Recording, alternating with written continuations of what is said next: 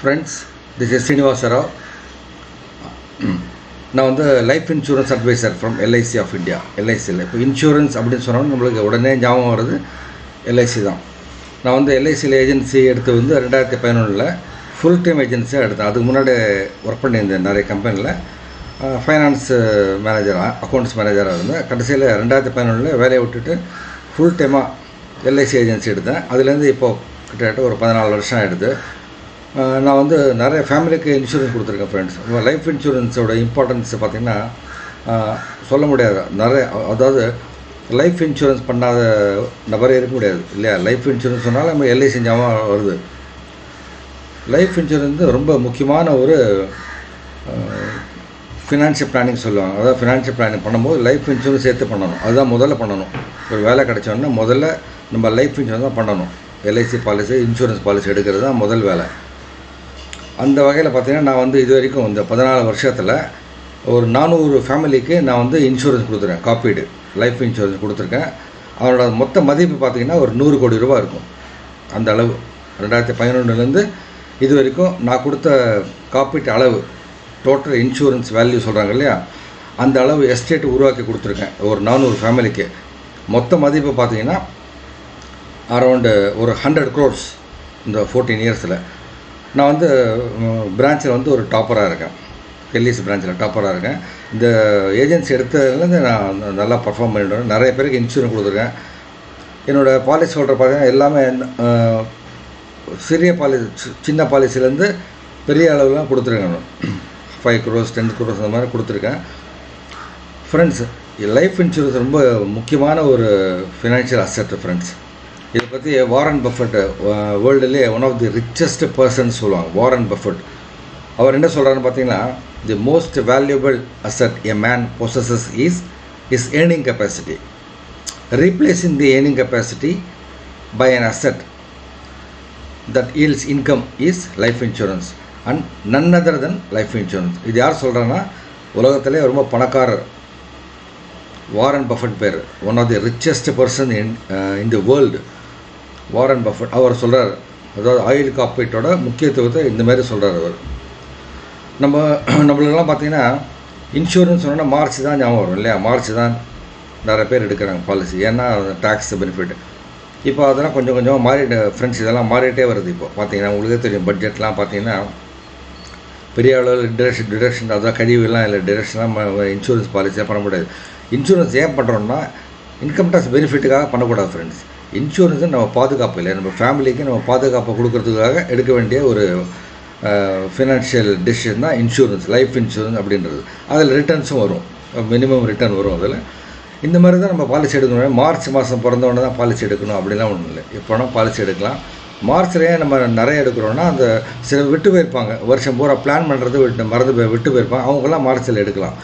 பொதுவாக பார்த்தீங்கன்னா இன்சூரன்ஸ் வந்து எல்லா மாதமும் எடுக்கலாம். எப்போவுமே தேவை இன்சூரன்ஸ் வந்து இந்த மாதம் தான் தேவை அப்படிலாம் கிடையாது. குடும்பத்தில் ஒரு சம்பாதிக்கிற நபர், தொழில் பண்ணுற நபர், இல்லை சம்பாதிக்கிற நபர், அந்த சம்பாத்தியம் வந்து எப்படி வேணால் வரலாம். தொழில் மூலம் வரலாம், சேலரி மூலம் வரலாம், எப்படி வேணால் வரலாம். ஆனால் இன்சூரன்ஸ் பண்ணணும் அவர்.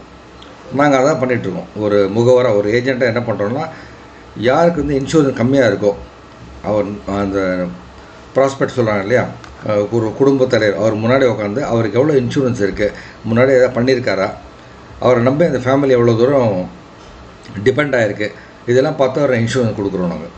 லைஃப் இன்சூரன்ஸ் வந்து இன்றியமையாத ஒரு அசெட். இன்றைக்கி என்ன தான் வீடு வாசல்னு அப்புறம் மியூச்சுவல் ஃபண்டு அப்புறம் ஃபிக்ஸட் டெபாசிட் இருந்தால் கூட இன்சூரன்ஸ் வந்து உங்களுக்கு வந்து ஒரு அற்புதமான ஒரு ஃபினான்ஷியல் அசெட்டு. நீங்கள் சொல்லலாம் பேங்க்கில் போட்டால் கூட நல்லது அப்படின்னு. பேங்க்கில் போட்டால் நல்லது தான், அது ஒன்றும் மாற்று கருத்து இல்லை. இப்போ உதாரணத்துக்கு பார்த்தீங்கன்னா பேங்க்கில் வந்து ஒரு 5,000 ரூபா மாதத்துக்கு போட்டுன்னே வரீங்க. ஒரு வருஷம் கழிச்சு எவ்வளோ வரும்? 60,000 இல்லையா? அது வட்டியோடு சேர்ந்து வரும்.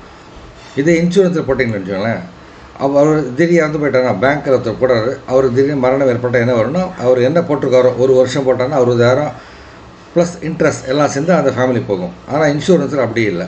5,000 ரூபா போட்டிங்கன்னா கிட்டத்தட்ட அவர் 1 லட்ச ரூபா காப்பீடு இருக்குது. அவருக்கு எதாவது ஆச்சுன்னா அந்த ஃபேமிலிக்கு 1 லட்ச ரூபா போய் சேரும். போட்டு அவர் உடனே இதாகிட்டோம். இதெல்லாம் சும்மா எதுக்கு சொல்கிறேன்னா, ரிஸ்க்குக்காக, புரிஞ்சுக்காக சொல்கிறேன் நான். ஒரு நல்ல அண்டர்ஸ்டாண்டிங். இன்சூரன்ஸ் பாலிசி எடுக்கிறதுக்கு முன்னாடி நம்ம வந்து எவ்வளோ ரிட்டர்ன் வரும் அதை பார்க்குறதுக்கு முன்னாடி இது எவ்வளோ பாதுகாப்பு கொடுக்கும், நம்மளை இந்த ஃபேமிலிக்கு, நம்ம ஃபேமிலிக்கு எவ்வளோ பாதுகாப்பு கொடுக்கும் அதுதான் நம்ம பார்க்கணும். இதை கரெக்டாக? நிறைய பேர் என்ன பண்ணால் இவ்வளோ போட்டால் இவ்வளோ வருமா, இதை பார்க்குறதுக்கு பதிலாக நீங்கள் இந்த எவ்வளோ பாதுகாப்பு நான் இல்லாத பட்சத்தில் இந்த ஃபேமிலிக்கு என்னோடய ஃபேமிலிக்கு எவ்வளோ பாதுகாப்பை கொடுக்கும், அந்த ஆங்கிளில் நீங்கள் யோசனை பண்ணிங்கன்னா இன்சூரன்ஸ் பாலிசியோட இம்பார்ட்டன்ஸ் உங்களுக்கு புரியும். ஃப்ரெண்ட்ஸ், நான் வந்து இன்சூரன்ஸ் பாலிசியை பற்றி எல்ஐசியில் இருக்கேன். நான் எல்ஐசியோட திட்டங்களில் பாலிசி சொல்கிறேன், பிளான்ஸு, இதை பற்றி விரிவாக உங்களுக்கு தெரிஞ்சுக்க ஆசைப்பட்டீங்கன்னா என்னோடய சைட் இருக்குது. பேர் வந்து www.insighttrust.in. இது என்னோடய சைட்டோட பேர். இந்த சைட்டில் போய் நீங்கள் பார்க்கலாம், நிறைய திட்டங்கள்லாம் அதில் போட்டிருக்கேன். நீங்கள் வந்து என்னை கான்டாக்ட் பண்ணலாம். என்னோடய நம்பர் வந்து 9840855579. இது என்னோடய நம்பர். மெயில் ஐடி வந்து rawlic1960@gmail.com. ஃப்ரெண்ட்ஸ், நீங்கள் என்னை கான்டாக்ட் பண்ணுங்கள். யாருக்கு இன்சூரன்ஸ் பண்ணணும் மார்ச்சில், இப்போ வந்து வருஷம் முடிய போகிறது மார்ச். நிறைய பேர் பார்த்தீங்கன்னா மார்ச் எடுப்பாங்க. என்னோட கான்டாக்ட் பண்ணுங்கள். நான் வந்து உங்களுக்கு இன்சூரன்ஸ் நல்ல விதமாக பண்ணித்தரேன். நல்லா உங்களுக்கு என்ன விதமான பாலிசி தேவையோ அதை நான் மொத்தமாக ரிவ்யூ பண்ணி உங்களுக்கு முன்னாடி உட்காந்து உங்களுக்கு தேவை இதுதான் தேவை அப்படின்னு உங்களுக்கு விளக்கி சொல்லி அதுக்கப்புறம் உங்களுக்கு நான் பாலிசி தரேன். நான் ரெடியாக இருக்கேன். நீங்கள் என்னை கான்டாக்ட் பண்ணுங்கள். என்னோடய சைட்டை பாருங்கள். என்னோடய ஃபோன் நம்பர் இருக்குது, கொடுத்துருக்கேன். கீழே மெயில் ஐடி கொடுத்துருக்கேன். இதை கான்டாக்ட் பண்ணுங்கள். என்ன பிளான் வேணும், இதில் வந்து பிளான்ஸு சில்ட்ரன்ஸ் பிளான்ஸ் இருக்குது, ரிட்டைர்மெண்ட் பிளான் இருக்குது, பியூர் டேர்ம் இன்சூரன்ஸ் இருக்குது. எல்லாமே நல்லது தான். இன்சூரன்ஸ் பாலிசி எடுத்தால் எல்லா பாலிசியும் நல்ல பாலிசி தான் இருக்கும். சிலது யூனிட் லிங்க்டு இருக்கும், யூலிப் சொல்லுவாங்க, யூனிட் லிங்க்டு இன்சூரன்ஸ் பிளான். அதுலேயும் காப்பீடு லைஃப் இன்சூரன்ஸ் அதுலேயும் இருக்குது. அது டேக்ஸ் ஃப்ரீ, 2.5 லட்சம் ரூபாய் வரைக்கும் நீங்கள் எடுத்துக்கலாம். அதுவும் பண்ணலாம். விரிவாக பேசணும் அப்படின்னா எனக்கு ஒரு ஃபோன் பண்ணுங்கள், இல்லை என்னோடய சைட்டில் பாருங்கள், இல்லை மெயில் கொடுங்க. நான் வந்து உங்களுக்கு நல்ல விதமாக இன்சூரன்ஸ் நான் ஆரம்பித்து தரேன். Thank you friends, thank you, all the best.